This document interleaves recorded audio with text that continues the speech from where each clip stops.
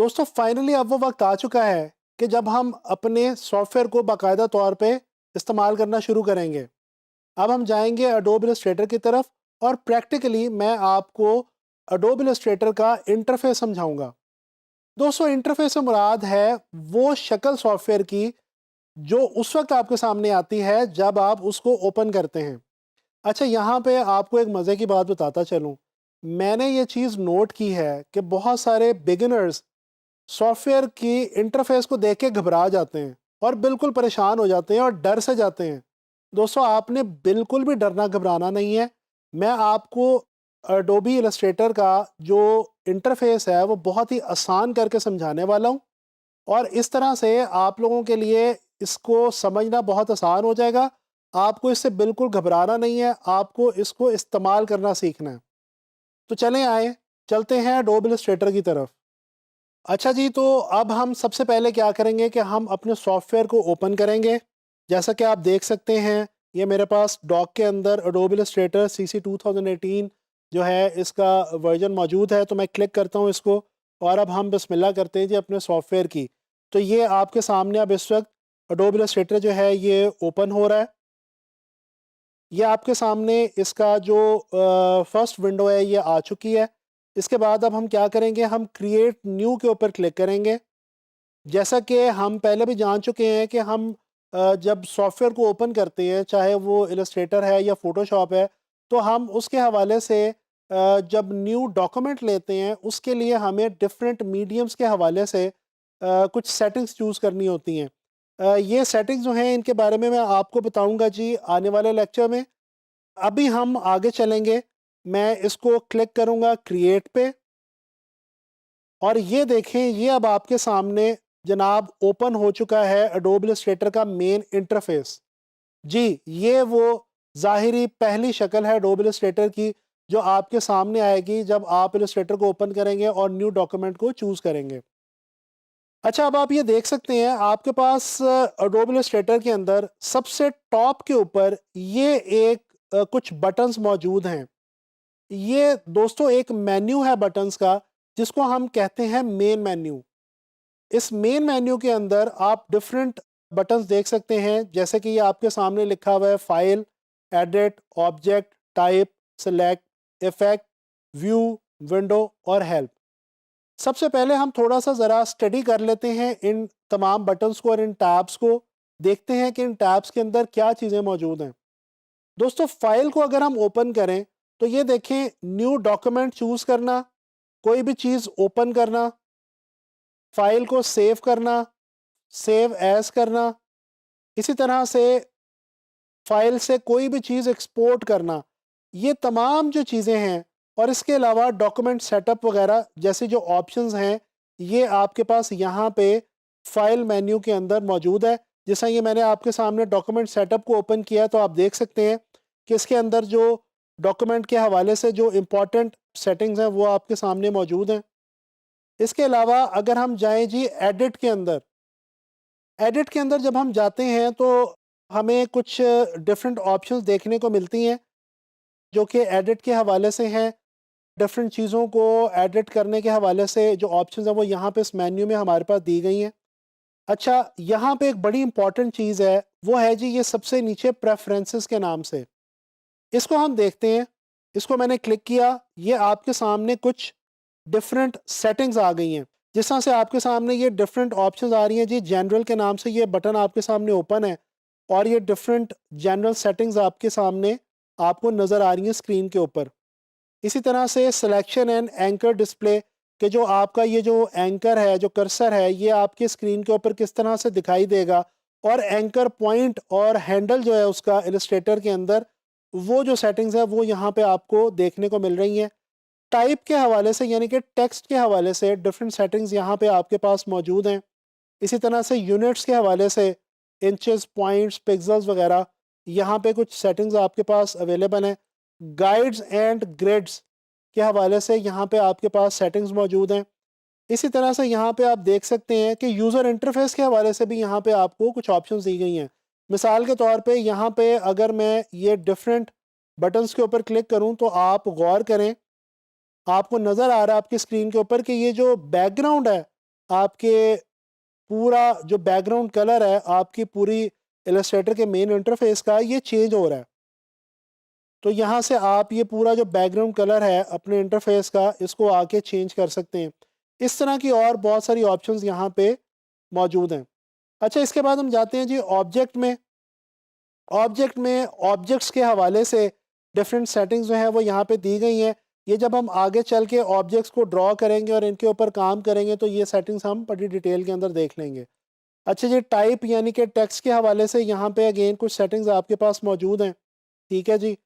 और कोई भी फ़ॉन्ट वगैरह आपने ढूँढना हो या कोई करैक्टर आपको चाहिए हो, करैक्टर के हवाले से, फ़ॉन्ट के हवाले से कोई भी सेटिंग्स आपको चाहिए वो आपको यहाँ पे मिल जाएँगी। सिलेक्शन के हवाले से यहाँ पे आपके पास कुछ ऑप्शंस मौजूद हैं। इसके बाद यहाँ पे एक इफ़ेक्ट पैनल है। ये बड़ा इंपॉर्टेंट चीज़ है, बड़ी मज़े की चीज़ है। इसको भी हम आने वाले लेक्चर्स के अंदर, टॉपिक्स के अंदर कवर करेंगे। अच्छा, यहाँ पे फिर व्यू के हवाले से आपके पास कुछ ऑप्शंस मौजूद हैं, जिस तरह से आप देख सकते हैं कि आप अगर ज़ूम इन करना चाहते हैं अपने डॉक्यूमेंट को, तो ये देखें आप व्यू के अंदर यहाँ पे जाके आप ज़ूम इन कर सकते हैं। इसी तरह से आप ज़ूम आउट भी कर सकते हैं यहाँ से। तो व्यू आप अपने डॉक्यूमेंट को या अपने ये जो आपके सामने आपका एक पेज ओपन हुआ है, इसको आप किस तरह से व्यू करना चाहते हैं, ये चीज़ें यहाँ पे अवेलेबल हैं। इसके बाद विंडो पैनल है एक। अच्छा जी, ये विंडो पैनल बड़ा इंपॉर्टेंट पैनल होता है और ये तकरीबन तमाम ग्राफिक्स से रेलेवेंट जितने भी सॉफ्टवेयर हैं उनमें तकरीबन तमाम ही में पाया जाता है। एक जेनेरिक और कॉमन सा एक ये टैब है। अच्छा, इस टैब के अंदर आप जाते हैं तो ये देखें आपको actions, align, appearance, art boards, गर्ज के वो तमाम के तमाम ऑप्शंस और वो तमाम के तमाम मेन्यूज़ जो कि इलस्ट्रेटर के अंदर यूज़ हो सकते हैं, वो इस विंडो वाले पैनल में आपको मिलेंगे। तो इसका फ़ायदा एक बहुत बड़ा क्या है कि मिसाल के तौर पे आप ब्रशेस ढूंढ रहे हैं और आपको इलस्ट्रेटर के इंटरफेस के अंदर ब्रशेस नहीं मिल रहे, तो आप विंडो में जाएं। यहाँ पे आप देखें ये ब्रशेस की ऑप्शन है, इसको क्लिक करें। ये देखें ब्रश वाला जो पैनल है वो आपके सामने ओपन हो गया है।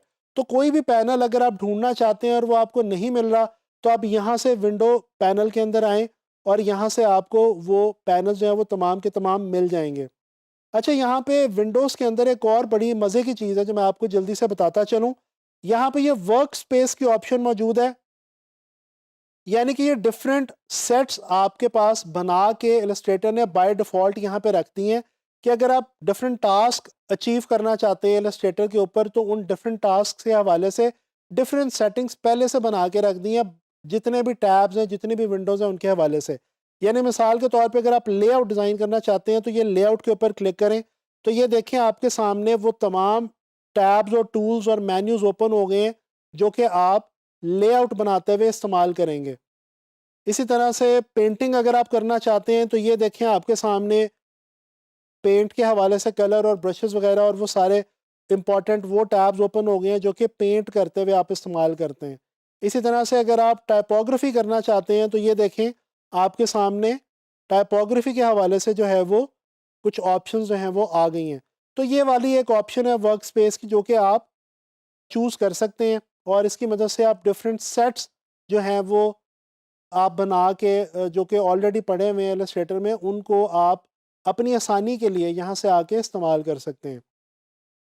अच्छा जी, आगे चलते हैं। ये जो मेन मेन्यू है इसके नीचे यहाँ पे मौजूद है जी सब मेन्यू। इसके अंदर जो भी तमाम ऑप्शंस मौजूद हैं, ये तमाम ऑप्शंस वो हैं कि जो आगे चल के जब हम शेप्स वगैरह क्रिएट करेंगे और डिफरेंट चीज़ों के ऊपर हम काम करेंगे, इन ऑप्शंस का हम उस वक्त बड़े आराम से डिटेल में इस्तेमाल करेंगे। अच्छा, ये आप देख सकते हैं, ये आपके सामने लेफ़्ट मोस्ट लेफ़्ट कॉर्नर के अंदर एक बहुत ही इम्पोर्टेंट चीज़ है, इसको हम कहते हैं टूल बार। आप एक ये भी काम कर सकते हैं कि यहाँ से इस टूल बार को अगर सेलेक्ट करें, इसको क्लिक करके यहाँ पे आप ड्रैग भी कर सकते हैं। ये देखें ये टूल बार आपकी जो है वो फ्री हैंड हो गई है और ये अब ईज़ी टू यूज़ है आपके लिए। ये जो टूल बार है जी, इसके अंदर वो तमाम टूल्स बेसिकली दिए गए हैं जिन तमाम टूल्स के ऊपर आप इलस्ट्रेटर के अंदर काम करेंगे।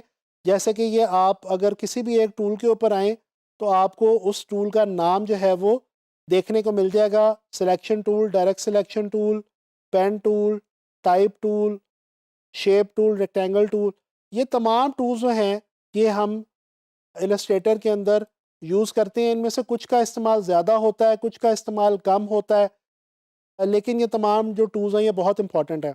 अच्छा, इस टूल बार के इस हवाले से एक इम्पॉर्टेंट बात मैं आपको छोटी सी यहाँ पे गाइड करता चलूँ कि यहाँ पे आप देखें, आपको इन तमाम जो टूल्स के आइकॉन्स बने हुए हैं छोटे-छोटे, इनमें से कुछ आइकॉन्स के ऊपर आपको राइट बॉटम के ऊपर एक एरो का साइन मिलेगा, और जबकि कुछ जो आइकॉन्स हैं उनके ऊपर ये एरो का जो साइन है ये मौजूद नहीं है। तो दोस्तों, जिन आइकॉन्स पे ये एरो का साइन मौजूद है, इसका मतलब ये है कि अगर आप उन पे क्लिक करके होल्ड करके रखें, जैसे इस वक्त मैंने क्लिक करके होल्ड किया हुआ है, तो उन टूल्स के अंदर आपको मज़ीद कुछ ऑप्शंस मिलेंगी। जिस तरह से ये मैंने पेन टूल के ऊपर होल्ड करके रखा, तो ये देखें मेरे पास पेन टूल के अंदर मज़ीद कुछ ऑप्शंस मौजूद हैं। इसी तरह से ये डायरेक्ट सिलेक्शन टूल के ऊपर मैं अगर होल्ड करता हूँ तो मुझे मज़ीद ऑप्शंस मिलती हैं। ठीक है जी। इसी तरह से ये शेप टूल के ऊपर अगर आके मैं यहाँ पे होल्ड करता हूँ तो ये देखें डिफरेंट शेप्स की डिफरेंट मज़ीद फर्दर छोटे मज़ीद टूल्स आपको इन टूल्स के अंदर मिलेंगे। जबकि ये जो ऐसे टूल्स हैं जिनके ऊपर ये एरो का निशान नहीं है, इनके अंदर मज़ीद छोटे टूल्स नहीं हैं। ये सिर्फ एक सिंगल टूल है जो कि आप बड़े आराम से यूज़ कर सकते हैं। ये जो आपके सामने, अगर आप मेरे कर्सर के ऊपर गौर से देखें, तो ये जो मेरे सामने एक वाइट कलर का एक बॉक्स है, इसको हम कहते हैं जी आर्ट बोर्ड इलस्ट्रेटर के अंदर, और ये वो बेसिकली आपका कैनवस है। जैसे हम पेंट करते हैं तो किसी कैनवस के ऊपर करते हैं, कोई ड्रॉ करते हैं किसी ड्राइंग शीट के ऊपर या पेपर के ऊपर ड्रॉ करते हैं। इसी तरह से ये आपका वो कैनवस है, वो पेपर है, जिसके ऊपर आप बेसिकली अपनी इलस्ट्रेशंस बनाएंगे, अपने डिज़ाइंस बनाएंगे और ड्रॉ करेंगे, पेंट करेंगे। अच्छा, इसी तरह से राइट कॉर्नर के ऊपर आप अगर गौर करें तो ये देखें आपके पास डिफरेंट कुछ ऑप्शंस मौजूद हैं। मैं विंडो में जाता हूँ, वापस वर्क स्पेस में आता हूँ और एसेंशियल्स जो हैं इसको क्लिक करता हूँ। बल्कि ये इसके अंदर हमारे पास एक ऑप्शन बड़ी अच्छी मौजूद है जी, एसेंशियल क्लासिक की। इसके अंदर ये देखें आपको तमाम जो मेन इम्पॉर्टेंट बार्स हैं और मेन्यूज़ हैं वो आपके सामने ओपन हो जाती हैं। अच्छा, ये अगर यहाँ पे आप गौर करें, राइट कॉर्नर के अंदर आपको मज़ीद कुछ मेन्यूज़ मिलेंगे। जिस तरह ये कलर का एक मेन्यू है, इसी तरह से ये कलर गाइड है, स्वैचेस की एक यहाँ पे पूरा एक पैनल मौजूद है। इसी तरह से ये ब्रशेस का एक छोटा सा पैनल मौजूद है। इसी तरह से ये सिंबल्स हैं, स्ट्रोक है, इसके अलावा ग्रेडियंट है, इसके अलावा ट्रांसपेरेंसी है, अपीयरेंस है, ग्राफिक स्टाइल्स हैं, और ये आपके सामने लेयर पैनल है। इसके अलावा ये जी एसेट एक्सपोर्ट का एक पैनल है, और ये आर्ट बोर्ड के हवाले से एक पैनल है।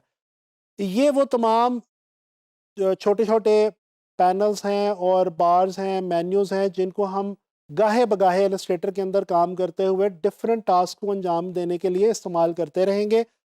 यहाँ पे अगर आप गौर करें तो एक छोटा सा आपको बटन दिया हुआ है, इसके ऊपर लिखा हुआ आ रहा है एक्सपैंड पैनल। अगर आप इसके ऊपर क्लिक करें तो ये आपके सामने पैनल जो हैं वो सारे के सारे ओपन हो जाएंगे काफ़ी क्लियर तरीके से।